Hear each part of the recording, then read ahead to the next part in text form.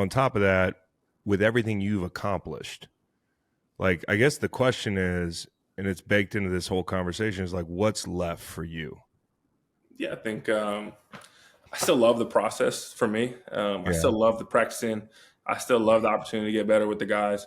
And so for me, as long as I have that, I will still want to play. Welcome to the Green Light Podcast presented by BetMGM. If you haven't signed up for BetMGM yet, use bonus code GREENLIGHT and you will get up to a $1,500 first bet offer on your first wager with BetMGM.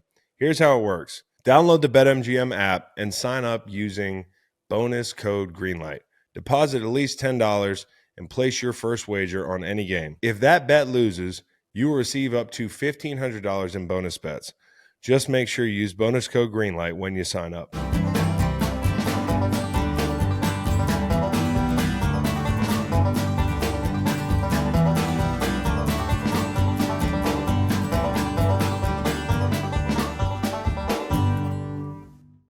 This is a real treat. My very successful friend, Zach Ertz, is joining me. 34 years young. Just finished. What year did you just finish, Zach? Help me with the bio. 12. You'll one up me, you son of a bitch. Possibly 2 up. Maybe 3. Yeah, are you possible? Possible? Hey, what do you think, man? Are you a free agent? Is that what I heard today? Doing my little research about you? Yeah, I'm a free agent. So I signed 2 years ago after everything happened in Arizona, like the desire to sign a long-term deal and want to really sign me to a long-term deal after everything that happened in Arizona was low. So I was like, I'm going to go sign a 1-year deal. At my age, at the need for a long financial commitment at this point is we've been fortunate enough, blessed to be in a situation where I just wanted to really go out there and have fun again, fall in love with the process again. Because for me, that's what football is about. The day-to-day grind. It's not just those 17 Sundays during the year. It's the OTAs, it's the training camp. And I still love practicing. I still love training. I still love all the stuff that comes along with playing in those games. And so for me, signed a 1-year deal last year, had a great year, so much fun. And so now it's just, I'm a free agent. Everyone knows how I felt about my time in Washington.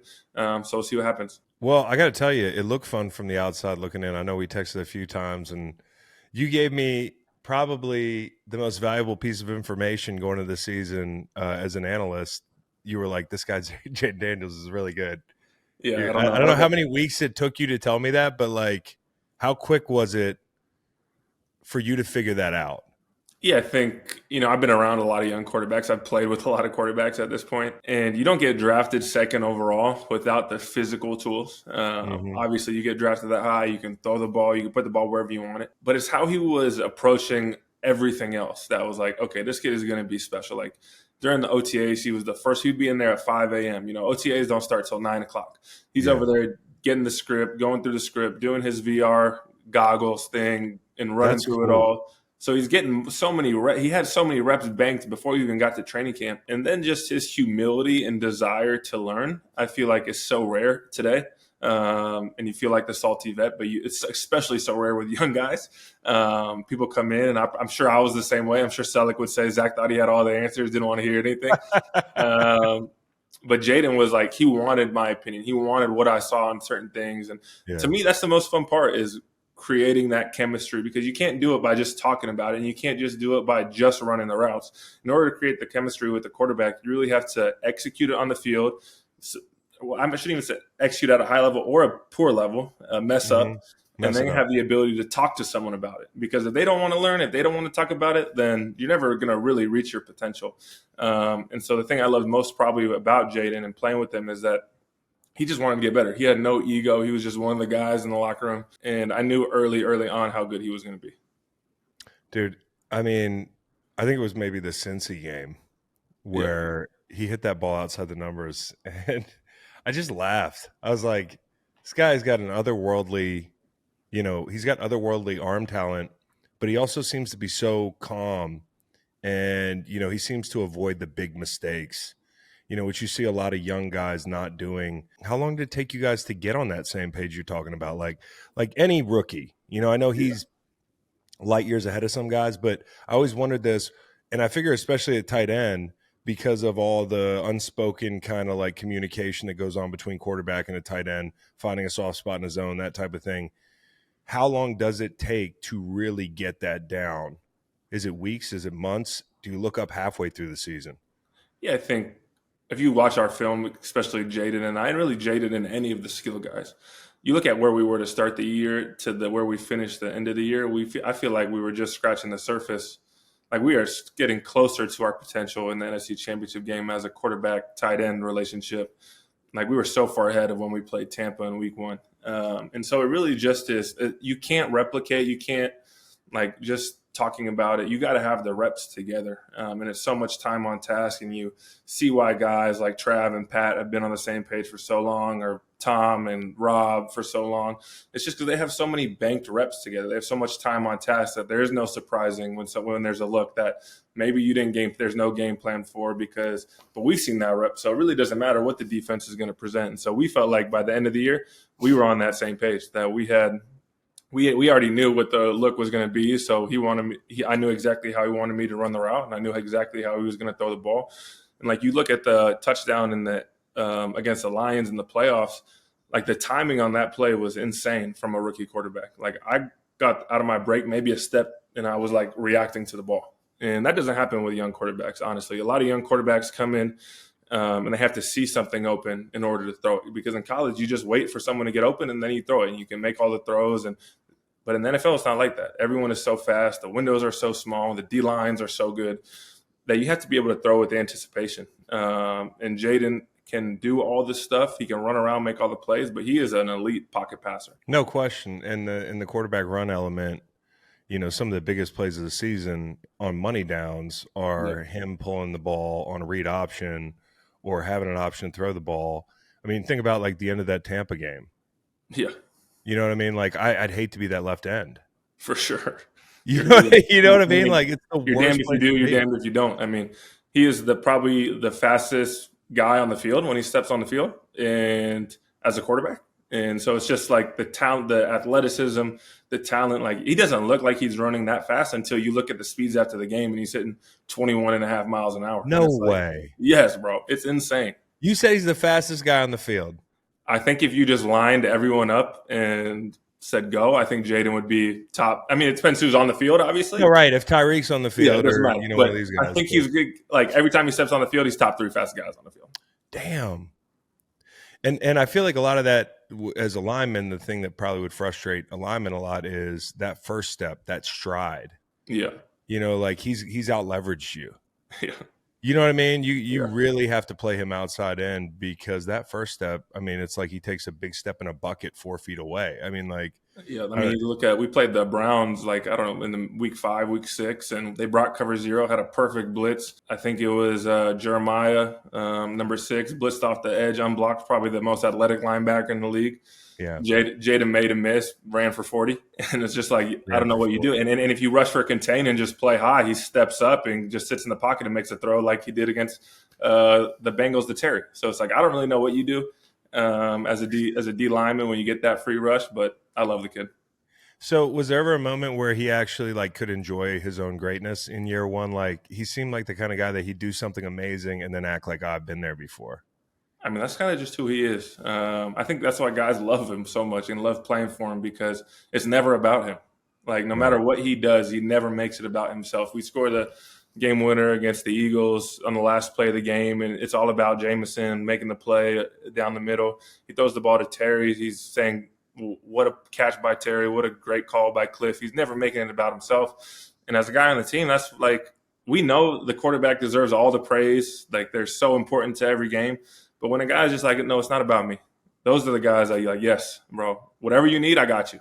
Yes, no question, especially when they're rookies. Yeah. He made fans of us all pretty quickly. I mean, and even as a guy who our podcast serves a lot of Eagles fans, I couldn't avoid talking glowingly about the guy because he's not only a great kid, you can tell, but he's a great player. And for you, man, like fountain of youth, huh? A little bit you ain't done yet, dude. The last game of the year, I think you went over 100 and I felt like you made so many big plays throughout the season. Did you have a favorite game?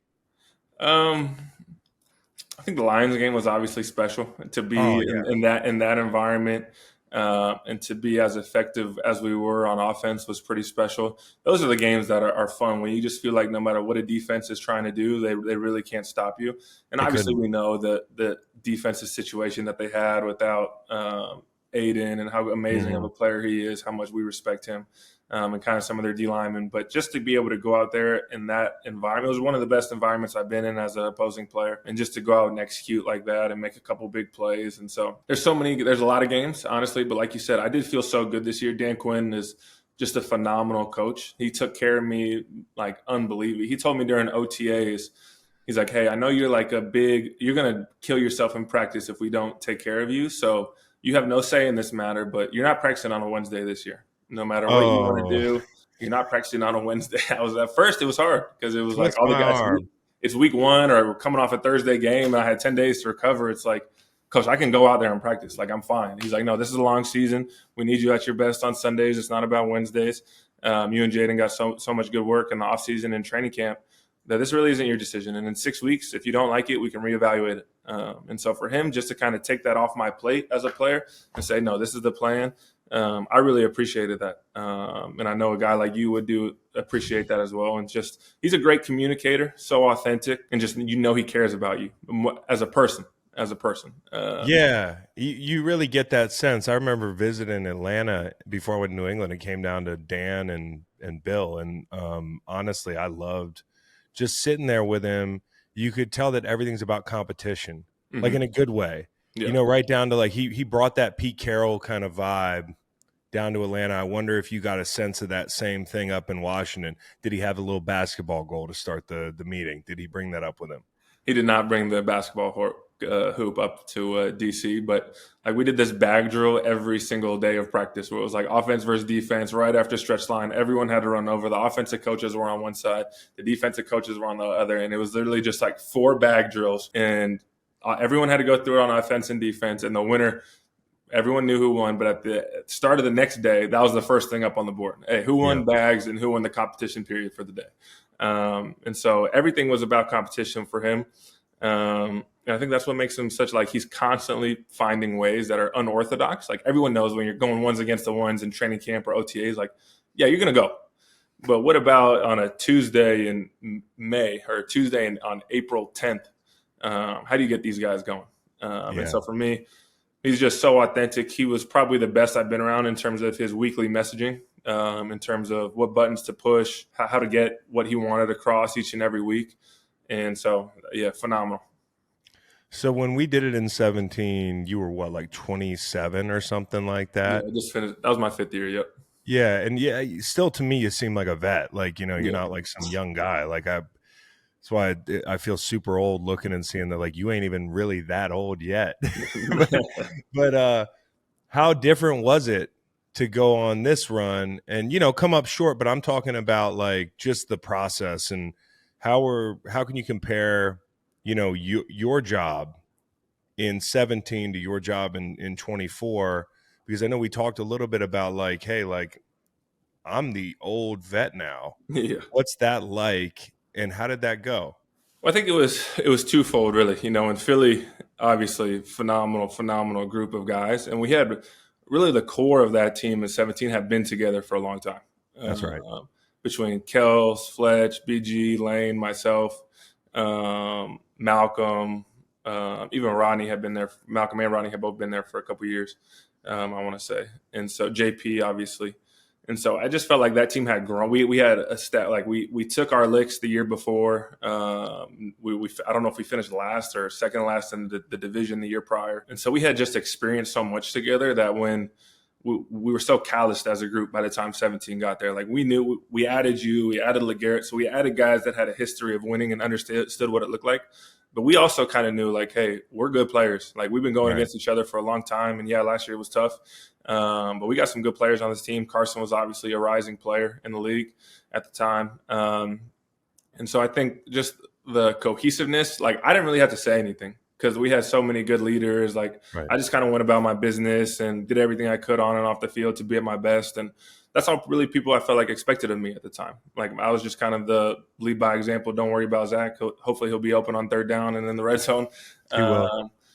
But this year was a lot different. Obviously, we had like I want to say like 60% roster turnover or 70% roster turnover from the year prior. And so we kind of just built our chemistry on the fly. We didn't really know much about one another when we first got together in April and May. And so we had just a few guys that have won a championship. Bobby on defense, obviously, myself, and then a couple Chiefs guys on the O-line. But DQ really just empowered the whole team. Like they were very deliberate in bringing in guys that really love the process, love football, and love practicing. And if guys like enjoy that and make going to work fun and competitive, I feel like guys gel so fast. It's those teams that where you have like guys that have so many different interests or hobbies outside of football, or their last one ins, first one out. They really just don't gel with. And so the chemistry on those teams that I've been on are really just like, oh yeah, bro, family on 3, 1, 2, 3, family. Let's keep it moving. Whereas both those teams in 17 and this past year in Washington, I feel like dudes actually cared about each other. They were happy for the other man's success. So there was a lot of differences, but there's also a lot of similarities. Yeah. I mean, that Detroit game, to me, it takes a certain level of fearlessness as a team. And I wonder how much of that is just being too young as a team. Although y'all had some vets and, as you mentioned, some Super Bowl champions and people with experience sprinkled in. But like for a team that really hadn't been there, sometimes it's better to not know what you're getting into. For sure. I mean, I think sometimes ignorance is bliss in that regard. Yeah. You really didn't. I mean, I think Washington finished like 4-13 the year prior. So when we came into the season, I think we were picked like 29th, or we like the 29th best team out of 32. So expectations are so low. We started out 7-2, and then we lost 3 games in a row. 7-2 to 7-5. We lost to Philly, we lost to Dallas, and then we lost to Pittsburgh. In a 3-game stretch. And everyone was just like, oh, this is the team that we thought they were. And so really played Tennessee going that next week, going to the bye with a win. And it was really just Bobby actually spoke in front of the team like, hey, this story that we're about to tell right here with these last 4 games going into playoffs is whatever we want it to be. And so I think having a guy like Bobby, a vocal leader that's able to kind of take over a team meeting, and when he's not a guy that's just going to talk to talk. I loved every minute playing with Bobby this past year. And so he just talked about the sacrifices that guys needed to make the last 4 weeks going into the playoffs. DQ's messaging was phenomenal, that we're just going to take it 1 week at a time. And so, we had a lot of young guys. Obviously, the quarterback is young, but his poise is like, I mean, I didn't play with Tom, obviously, and it's probably not Tom's level, but you just knew, like, when you stepped on the field that Jayden expected to win the game. And so from that standpoint, like, if he's poised and he's not fretting anything, then we're not going to do anything either. How much of it is the Josh Harris effect? I mean, I know like he's not making the plays on the field, but like I can remember visiting Washington when I was a free agent and being like, no thanks. Yeah. Like this is years ago, and notoriously tough place to be a professional. Yeah. It seemed like that changed fast. I mean, like you said, Josh, I can't speak prior. Obviously. But I will say the thing that Josh was deliberate in is like, the facility is what it is. Most facilities are what they are. And maybe they're not just redoing the facility in 1 year, but they did invest a lot in human capital. And so the human side, the people that they brought in, there was really no expense left that wasn't involved with people. Like they brought in Adam Peters, who had so much success in San Francisco. They brought in DQ, who had so much success in Atlanta and in Dallas as a DC. And so like when you set the tone right off the bat with those 2 guys, the priorities were initially like symmetrical right away. They're synergistic right away. And then with your first pick, you bring in Jayden Daniels. And so you have the ownership and you have the GM, head coach, and then you hit on the quarterback. It's like the culture is going to immediately improve just because of that. But the fact that they were willing, there was nothing that we needed that they didn't go out and fix right away. There used to be like a big, I don't know if you remember on your visit, but there was like a 1970s old school AstroTurf as one of the practice fields. Yeah. And so they spent, millions of dollars to essentially tear it up in 2 months, right before training, right after OTAs, before training camp in that time frame. They tore it up and put a whole fresh new grass field in place of it. Makes such a big difference, And it's dude. just like Like the when you optics of practice on turf all it year, wasn't even like turf, it was AstroTurf, AstroTurf. like Yes. come on, bro. And so it's just like just things like that throughout the building. The strength staff in Washington was phenomenal. Training room was phenomenal, and the coaching staff I loved. So I think it does start at the top. You have to have organizational alignment in the NFL, and it always starts at the top. What was it like being on the other side of the Philly thing, dude? I gotta imagine like super weird. Yeah, I Like mean, even if you try to make it like something else, it's weird. yeah, I think so. When I was in Arizona the first time, they came to Arizona. Yeah. And so that got a lot of the angst out, like seeing like Yeah, yeah. going against Fletch and BG and Mhm. Slay and some of these guys and hearing BG trash talk Did on the other BG side. shit talk you? Yeah, but you know how Oh to put man, him in Ertz, I'm gonna get you, Ertz. you know how to put him in his place. Yeah, yeah, You know we love BG, but it was just yeah, like a lot of the angst from that of seeing the guys was different. But then going to Philly that first time was hard. yeah. And like first person I saw off the bus was Miss Kathy, and just seeing people like that you don't see every day. There was really no opportunity for me to see her in the past few years, and just to be able to see her, I saw Troy in the stands, the janitor that we all love, T. Roy, Troy, and dude. it's just like this business like Yeah, it's such a relational business. And so, yeah, it was hard going back there, especially that first time, and seeing people that you haven't seen in forever. Place that like I scored a touchdown at the end of the game in the first one, and I'm still getting like claps, even though the game was kind of out of wraps for them. Then the NFC Championship game back in Philly, it was going to be weird either way, honestly. yeah, If we won and we're celebrating there, I mean, obviously that's the situation I wanted. But there's still a little piece of me that it would have been weird celebrating the NFC Championship game, going to the Super Bowl in a place I spent 9 years essentially, and then watching them celebrate was super weird as well. And then like walking off the field and the fans are all happy, and I'm like they're cheering for me and still loving on me. And so for me, everyone knows how I feel about the place, yeah. and so I wouldn't change a thing about it. I loved my time there, and so yeah, What were you? Are you and Nick good? Because what tripped me out about this whole thing? I'm gonna say what I think. let's do it. I think you're young. Like Nick's young. You're 34. Y'all are like basically like two grown men in the same age group, Yep. right? And like he's competitive as fuck. You're competitive as fuck, and you're walking off the field, and something happens. I mean, yeah, that's And pretty much what happened. I mean, like it's that simple. I just think the age thing matters, dude. You know, like if it was a 65-year-old coach, it's just hard to picture in my head. But y'all are two like peers almost. You know what I Yeah. mean? I think the reason guys really love playing for Nick is because of how competitive he is, Yeah. and how much he enjoys like the day-to-day process. And he's a coach that emphasizes competing as much as any coach I've been around. Going into that Philly game, like I got hurt against the Saints the week prior, and so I didn't even know if I was going to be able to play in the game. And so Right. like we get to Thursday, I can't even lift my arms above my head because I had an AC sprain on one side, another SC sprain on the other side, had the concussion in the game. So I was like, I didn't even know if I was going to play in the game. And so I was just like out there to try and make a difference, try and draw some attention away from some guys. And Diversion. yeah, and just like if I felt good on game day, I felt like myself on game day, but throughout the week I just felt horrible. And then after the game, we win the game, and I've played him 4 times. He's beat me 3 times. And Yeah. so the one time that we won, it was like a big deal.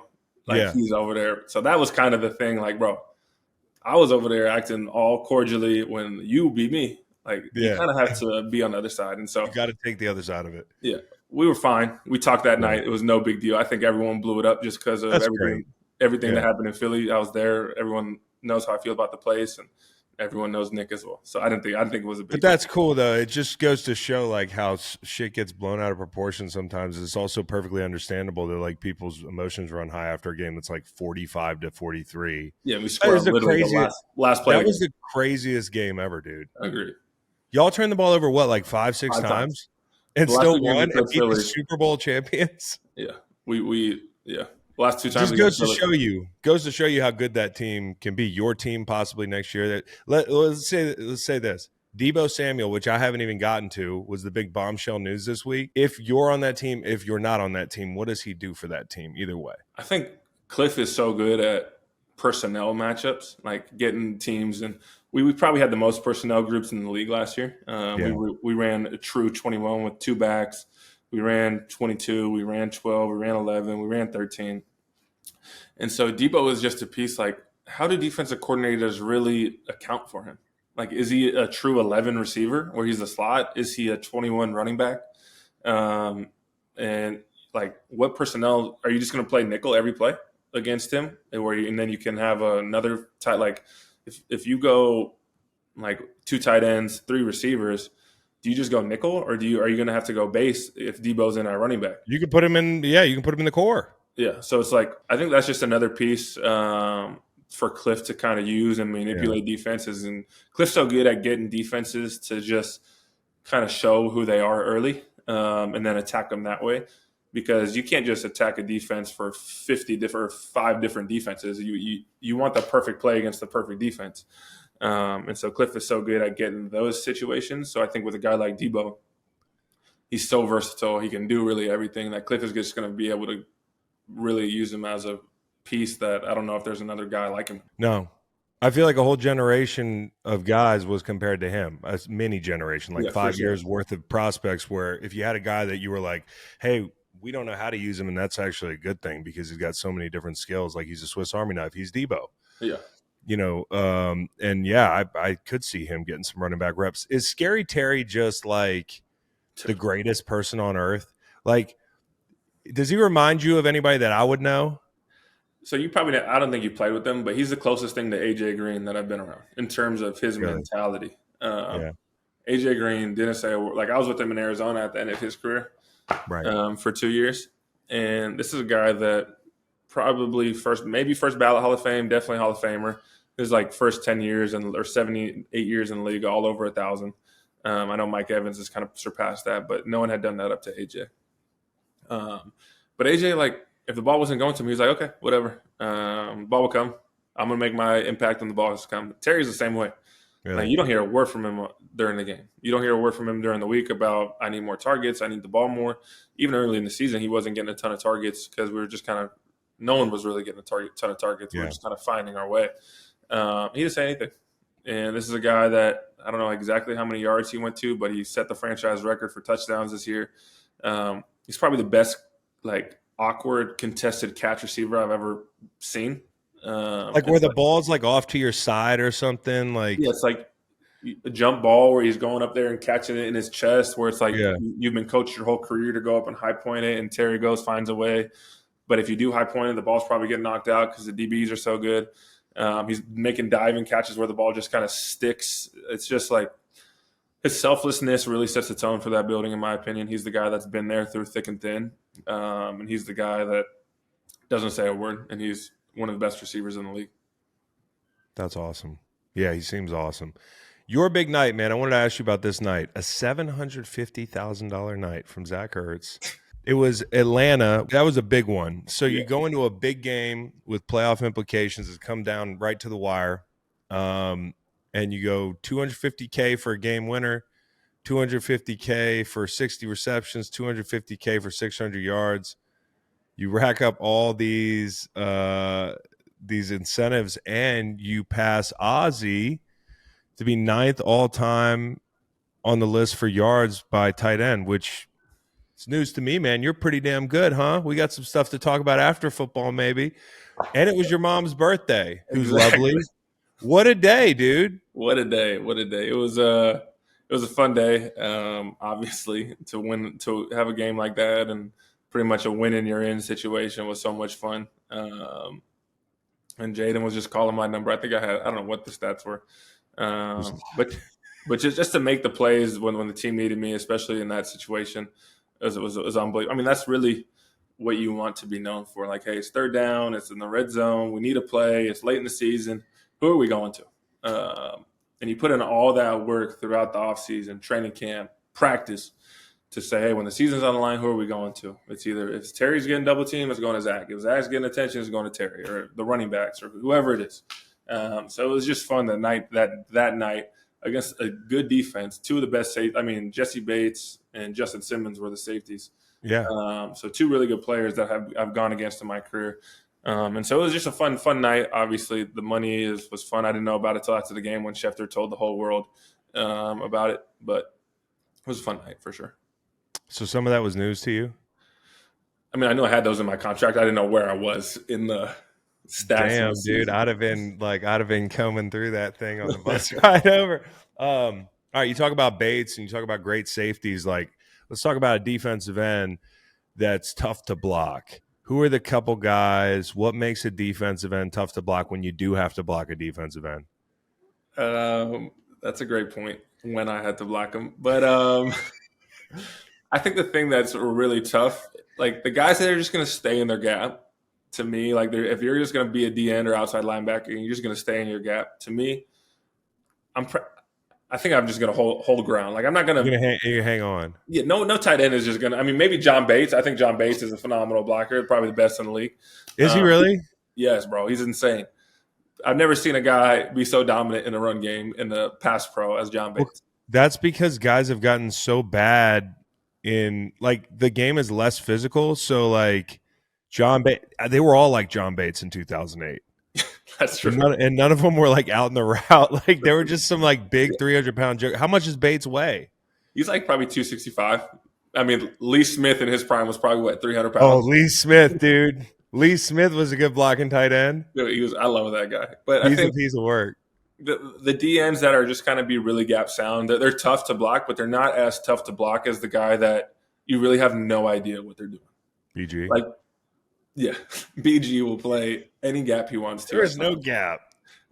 Dante Fowler, watching him, what he does to tight ends, like I'll have a panic attack trying to block Dante Fowler in a game because I love Tay. I don't even know if he knows what he's doing before the ball snapped. Mm-mm. Like he is all reaction and he is going 1,000 miles an hour. He is blowing plays up. Yeah. And so like guys like that are just so hard to block because if you try and like just patty cake with them, they're just going to run you over. Right. If you're playing for the swim move or they're crashing the gap, if they do just play up the field, you're like it's just going to look bad. Yeah. And then if you fire off and they swim the gap, you have no chance. Right. So but then you can catch them, right? You can get under their armpit every once in a while, or yeah. I mean, that's easier said than done. Yeah, that's easier said than done. I mean, you look at the guys, and Brian Burns is a guy like that, just like really smooth, like doesn't really give you anything to hit. So they're actually smaller guys. They're actually not guys that you think about being like real point of attack guys. They're guys that like can get up and under you. In my opinion, yeah. I mean, the guys that are playing the sixth, like DeMarcus Lawrence, like when he's playing in the sixth technique hit up, like I'm not blocking him. Like I'm just gonna try and get in the way and like cut him off backside. But that dude, like when he's healthy, in my opinion, he is like one of the hardest guys to block in the league, regardless of outside linebacker, defensive end. Like I've loved his game for so long. Yeah, because he is just like, I'm going to beat you up every play, and there's really nothing you can do about it. He loves to use his hands and the front of his helmet. Yeah, and like he's bigger, stronger, probably faster than me. Yeah. Well, that's an interesting one. Okay, and then lastly, I got to get an update on your personal life. You're now a dad a couple times over. What? 3 times. 3 times over, dude. And I just think it's so cool because knowing you and Julie for long enough, and knowing what she has had to do for most of her life, and like just being a female athlete and that not being on the table, like it's just something we don't have to think about. And for you, I'm sure like you couldn't wait to be a dad. Now here it is. How do you feel? Oh, it's phenomenal. It really is a game changer. It's so like the perspective, you hear about the perspective and everyone says, oh, it's the best thing you ever done. You really don't understand that until you have kids. Like when Madden, our oldest, was born, it was just like completely your whole persona, your whole perspective changes to like, yeah, I'm a good football player, but I'm Madden's dad first and foremost. And same with Julie, like seeing her have our son Madden, and then 9 months later playing a World Cup, and then a year after that have twins. It's like seeing her as a mom is like, I loved watching her as a football player, a soccer player, obviously. But to see her in this light as a mom is like so much fun, so rewarding. Just having our crew together is so enjoyable. Just being able to go on a walk or go shoot basketballs on the sport court or whatever it is. Just to have our crew together is so much fun, and like things that you really don't understand when you're 26, 27. And it's like, I'm just trying to get as many catches, yards, and like I'm gonna think about football when the moment I like every second of every day. And yeah, I still love football. I still care about football. I'm still exhausting the process. but the time is different now. Like I have to exhaust more time at the facility because the moment I get home, I'm all dad mode. And so like I'm not going home and watching film and like being alone for a little bit. Like the moment I get home, I'm hanging out with the boys. Oh yeah. And so it's just finding that, hey, how do I adjust in this season of life of just getting to the facility a little earlier so that when I can be home with the crew, like I'm fully present. And that's to me that's what I want to be. I don't want to be the dad that's like, oh, the boys are going crazy and I'm just over here on my iPad trying to watch film. I really just want to be present with the boys. And so for me, that is another factor. You know, I'm sure you felt the same way as you got older in your career. Like the family side of the business, like you really have to take into account as you get older. Because you don't just want to keep uprooting the family for years and years and years. And for me personally, I don't want to, and I don't think I could just do long distance either. Which is tough because you talk about wanting shorter deals for more, you know, like I don't want to speak for you, but I remember at the end of my career, I wanted shorter deals because if I was in a bad situation, I'm too old to be sticking around there a couple of years. No, I 100% agree. Like, if I'm not having fun and enjoying it, like neither party wants us tied together for a long time. Exactly. And on top of that, with everything you've accomplished, like, I guess the question is, and it's baked into this whole conversation, is like, what's left for you? Yeah, I think I still love the process for me. I still love the practicing. I still love the opportunity to get better with the guys. And so for me, as long as I have that, I will still want to play. The money to me is definitely secondary now. We've been blessed and fortunate enough to have that opportunity to have it be secondary, to go to a right situation and not just chase the highest paycheck, whatever it is. But I feel great. I feel good. I still love playing in DC this past year. I really did feel younger. I felt like more explosive again, felt rejuvenated. But I'm also not a guy that just wants to be out there to be out there. If I'm just going to be out there and play 30%, 20%, whatever it is, like that's not. I want to be able to make an impact. I want defensive coordinators to have to like, hey, third down, we got to account for this guy. It's not just the guy that he's 86. He was good years ago, but he's not good anymore. So for me, it's just as long as I love the process and feel like I can make an impact, I'm sure I'm going to keep playing. As long as Julie is okay with that. Yeah, that's a good thing to put on the end of the sentence there. But it's true. Like, you know, it's not selfish to say like, hey, I need to be playing a certain role. Yeah.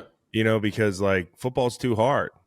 It's not like playing basketball for a living. No offense to basketball players, but like I'm going to get hit every day. Yeah. And, you know, I'm taking years off my life. I'm not going to be doing something imperfect.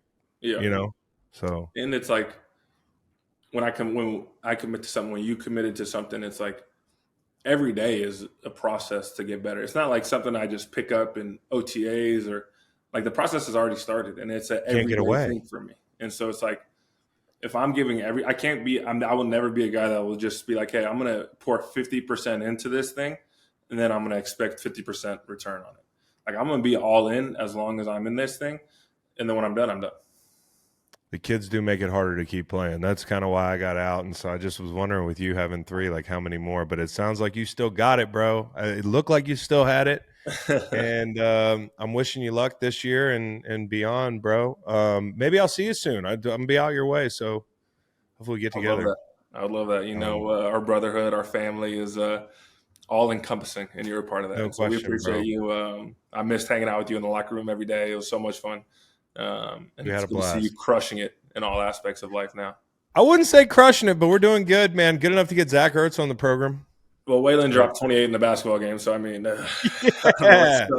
genetics, bro. You know, hey, best of the family, and keep up the great work, dude. It's been a lot of fun. Keep it going. We'll talk soon. What is up? It's the Butter King, dairy expert. This episode of the Greenlight Podcast is brought to you by Daya Pizza, featuring dairy-free cheese, now made with Daya Oat Cream Blend. Let's talk about FOMO. Fear of missing dairy. It's real. We've all had it. The Butter King has certainly had it.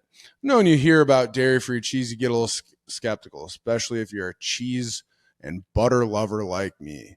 But Daya's set out to create the ooeyest, gooeyest dairy-free cheese pizza there is with absolutely no trade-offs. Daya pizzas are dairy-free and still deliver the rich, savory taste and total satisfaction that everyone craves and demands when looking for a frozen pizza to take home. Daya pizzas hit all the marks. Thin, crispy crust, flavorful toppings, including meatless options that taste meaty, and cheese that's rich, stretchy, and melts just like dairy. All thanks to their innovative Daya Oat Cream Blend. Daya has cured my FOMO, and now you don't have to fully commit to a dairy-free lifestyle to enjoy it. Thank God. So next time I'm in the great state of Wisconsin, home to a lot of great dairy products, I might actually trick everyone and have some dairy-free cheese pizza. Make your next pizza night FOMO free with Daya. To learn more about Daya, please visit www.dayafoods.com. Check them out on Instagram and TikTok, or visit any major retailer across the U.S., including Whole Foods, Kroger, and Walmart. Coming soon to select Publix and Sprouts.